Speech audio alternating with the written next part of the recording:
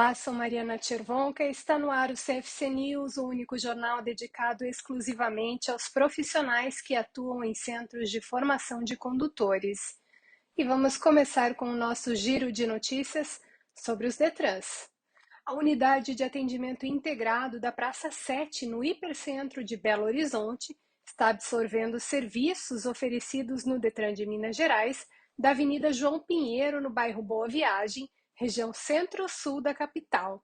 A mudança já está em curso. Neste primeiro mês, as duas unidades continuam prestando os serviços, mas em dezembro, 100% dos atendimentos serão feitos na UAI da Praça 7. Renovação da carteira, mudança nas categorias de habilitação, coleta biométrica dos condutores e alteração de dados são alguns dos novos serviços que podem ser realizados na UAI em Belo Horizonte.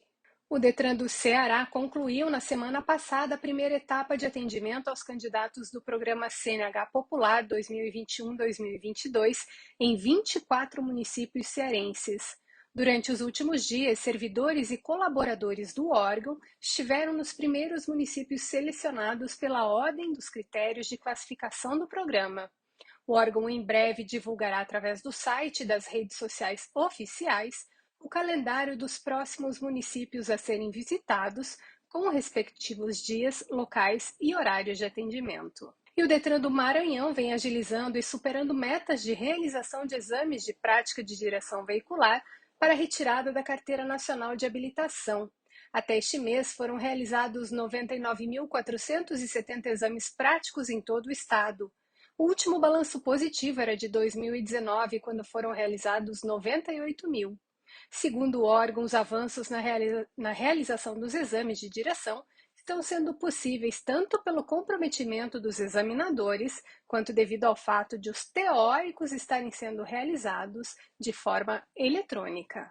E desde a última sexta-feira até o próximo dia 3 de dezembro, o Detran do Amazonas dará início aos mutirões de exames teóricos de legislação e práticos de direção do mês de novembro no interior do estado.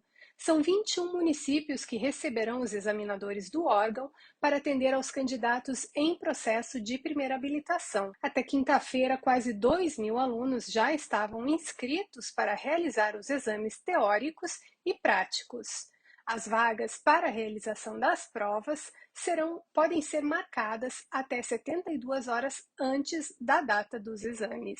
E o Detran de Tocantins informou que vai reduzir o horário de atendimento ao público a partir de hoje. Os serviços presenciais serão prestados apenas entre 8 e 14 horas, com agendamento prévio pelo site do Detran. A medida é por causa do decreto que retornou a jornada dos servidores públicos para 6 horas. Quem já estava com o atendimento agendado nos dias posteriores aos da mudança deve ficar atento. Os usuários agendados para qualquer horário depois das 14 horas deverão comparecer na manhã do dia seguinte ao que tinham marcado. Não haverá atendimento ao público no período vespertino. E o Diário Oficial do Estado do Pará, de quinta-feira passada, trouxe uma mudança na direção do Detran do Pará. Decreto do governador Helder Barbalho revogou outro decreto do dia 18 de abril de 2019, que designou Marcelo Lima Guedes para responder pela direção-geral do órgão. De acordo com o documento publicado, a saída atendeu a pedido do próprio Marcelo. No lugar dele, para responder pela direção-geral do Detran do Pará, até ulterior deliberação, foi designada Renata Mirella Freitas Guimarães de Souza, que deixa o cargo de secretária adjunta de Recursos Especiais. Vamos falar de redução de mortes no trânsito. Entre 2011 e 2021, o Brasil reduziu em 30% o número de mortes causadas por acidentes de trânsito. O número foi divulgado pelo secretário nacional de Trânsito, Frederico Carneiro. Segundo ele, em 2011, 42 mil pessoas morriam por ano em acidentes de trânsito. Atualmente, o total está em 30 mil. Para ele, a combinação de uma legislação rigorosa e fiscalização tem ajudado a salvar vidas no Brasil. E agora uma informação preocupante. Entre janeiro e agosto de 2021, o índice de internações por atropelamentos de crianças e adolescentes entre 0 e 19 anos na condição de pedestres ou ciclistas cresceu 9% em comparação com o mesmo período do ano passado. No total, mais de 6.000 delas foram hospitalizadas em estado grave em todo o país e quase 500 foram a óbito no local onde foram atropeladas. Os dados fazem parte de um estudo conduzido pela Abramet, Associação Brasileira de Medicina de Tráfego, que mapeou os índices de morbimortalidade infanto-juvenil no Sistema Único de Saúde provocados por atropelamentos. Segundo Antônio Meira Júnior, presidente da Abramet, o levantamento reacende o alerta de que a segurança das crianças e adolescentes depende da conscientização de todos. Para ele, os atropelamentos, na sua maioria, não são acidentais, mas sim resultados da não observância de medidas voltadas para o controle de riscos, quer por parte de condutores, quer por parte de pais e responsáveis pelas crianças.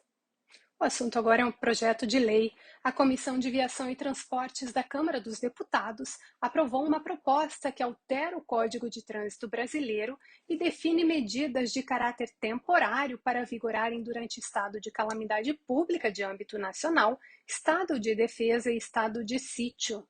Segundo o texto, na vigência dessas circunstâncias, ficam automaticamente prorrogadas as validades dos documentos de habilitação, de cursos especializados e de exames médicos, incluindo o toxicológico. Fica também suspenso o prazo para a expedição do novo certificado de registro de veículo, exigido em casos de transferência ou mudança de domicílio, e deixa de ser obrigatória a quitação de tributos, encargos e multas para fins de licenciamento do veículo. Conforme o relator delegado Pablo, do PSL do Amazonas, a intenção é, a partir da experiência da pandemia da Covid-19, agrupar as propostas e estabelecer regras gerais a serem aplicadas durante períodos críticos, como calamidade pública, estado de defesa e estado de sítio.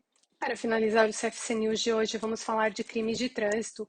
O Tribunal de Justiça de São Paulo registrou 30.435 novos processos por crimes de trânsito em 2020, número 18,9% menor que os registrados no ano anterior, antes da pandemia de Covid-19. É o que indicam os dados do TJ de São Paulo. A queda acompanha outros indicadores, como a queda no número de mortes em acidentes no estado, em 7,5%, como resultado das quarentenas que reduziram o tráfego de veículos. Ainda assim, 2020 teve 5.027 óbitos. Os dados do TJ e do Conselho Nacional de Justiça indicam que foram 413.414 processos por crimes de trânsito desde 2014, média de 161 processos por dia até 2020. Os processos se referem a 11 crimes previstos do artigo 302 ao 312 do Código de Trânsito Brasileiro, que tratam de homicídio culposo, fugir do local do acidente, dirigir sob influência de álcool, entre outros. E esse foi o CFC News de hoje, dia 8 de novembro de 2021. Voltamos na próxima segunda-feira ou a qualquer momento em edição extraordinária. Até mais!